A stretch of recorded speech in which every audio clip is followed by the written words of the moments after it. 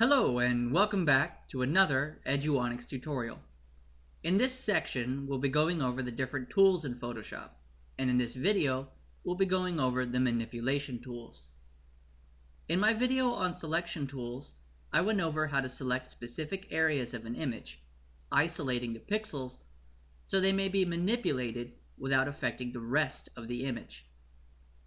Now that we know how to select a layer's contents, we're going to go over the tools we can use to manipulate those contents. Let's just get right into it. The first manipulation tool we have is the crop tool, directly below our quick selection and magic wand. When we select it, a bounding box appears around the edges of our canvas. But this time, there are these brackets that appear around the edges. And when we hover over those edges, our cursor changes into a double arrow. When we click and drag, we can see our original image dimensions are being grayed out, and our new image dimensions remain in full color. I'm going to hit Enter on my keyboard to commit this cropping. But watch what happens when we go back to our Move tool and try to move our image away from those edges. Those parts of the image that we cropped have been deleted and are no longer available. I want to undo my cropping, so I'm going to go back up and click the History button to reveal the History panel. The History panel is listing my most recent changes to this document, and we can see that crop is currently highlighted. To undo my crop, I'm just going to click the option above it. This is bringing us back to a history state in the document before I made my crop. We're going to go over the history panel in more detail later. For now, let's go back and click the crop tool again. I'm going to drag one of these edges further inside like I did before, but I'm not going to hit Enter just yet.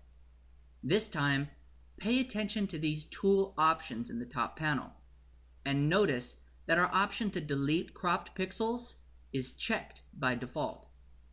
Go ahead and uncheck this. Then go over and click the check mark to commit this crop. Now, let's select the Move tool and try moving our image again. You can see that we cropped the visible portion of the canvas, but the full image still remains behind it. This allows us to tweak the dimensions of the canvas without deleting anything we might need later. Let's go back to our crop tool this time by hitting the C key on the keyboard, and then click the canvas. We can see that the invisible portions of the image that go beyond our canvas are visible within the crop window. And if we hover beyond the edges of the crop selection, our cursor changes into a curved double arrow. This is indicating that we can click and rotate freely. If we want to rotate in perfect angles, we can just press and hold the Shift key to constrain our rotation by 15-degree increments. Let's go back up to the tool options and cancel this current crop operation. To get to our next crop tool, right-click the current crop tool to bring up our options, and click the Perspective Crop tool. This one gets really trippy. Instead of just changing the width, height, and rotation, this tool actually changes the perspective of the whole canvas. Let's start by clicking in the canvas to set our first point. And as we click more points, we see a perspective grid stretching out. Now that we've made our 4 points, we'll click Enter. Now you can see that the tool has basically taken what was inside of our crop zone and stretched it to fit on a straight rectangular plane as our new canvas. Pretty trippy. I'm going to switch to a different photo that can better illustrate how the next tool works. Let's move on to our next tool by right-clicking the current crop tool and selecting the Slice tool. The Slice tool is mainly used in web design when you want to split an image into multiple images to assign as buttons for a web page. This photo is perfect to demonstrate this tool because it has plenty of open space between subjects for us to slice. I'm going to start by drawing a box around the first girl from her bottom right. Now, as I move towards the edge of the canvas, you can see that Photoshop wants to automatically snap this to align perfectly. This slice that we just made has a number on its top left, number 1. When using slices, they need to cover the entire surface of the image, so Photoshop has automatically made 2 more slices to fill the gaps. Let's continue with our next slice. Oops, I started the slice too far from the edge and it didn't snap into position properly. To fix this, simply hover over to the edge of the slice and drag it till it snaps where it should be.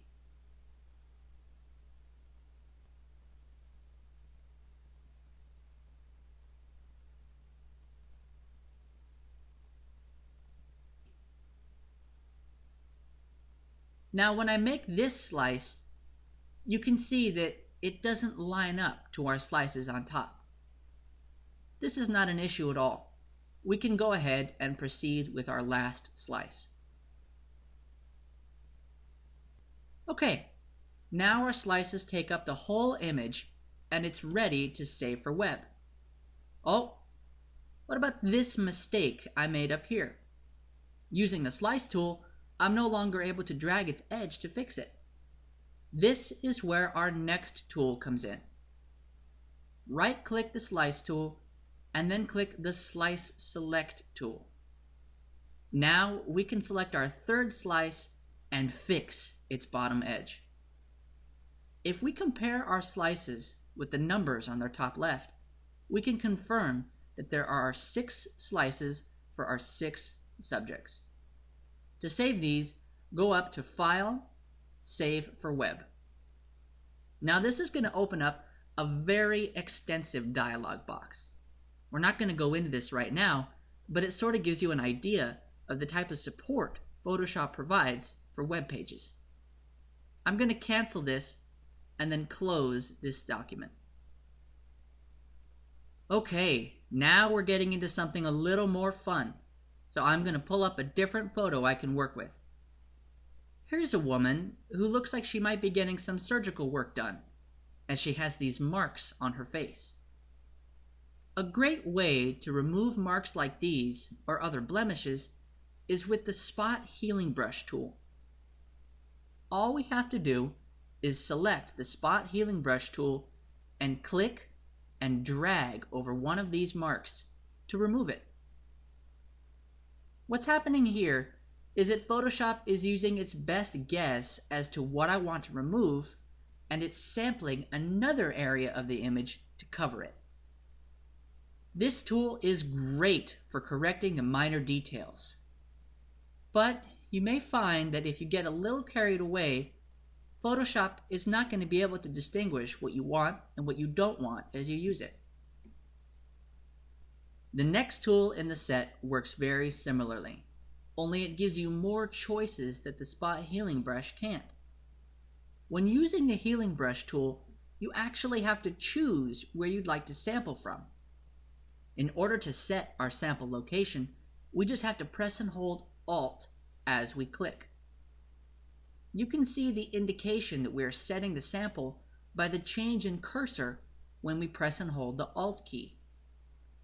Now Photoshop is still trying to guess for us, but it's using the sample that we set for it as a guide.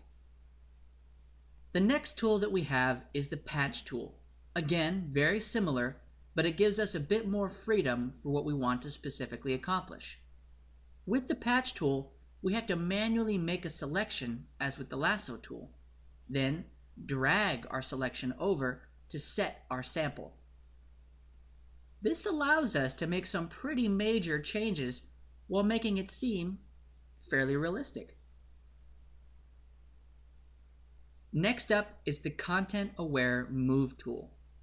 Think of this as the rest of our healing tools, but instead of painting over blemishes, this allows us to move things in our image while making it seem like they belong there all along. I'm going to go up to my lasso tool and make a selection around her mouth. Then, I will switch back to the Content-Aware Move tool and click and drag her mouth up to her forehead.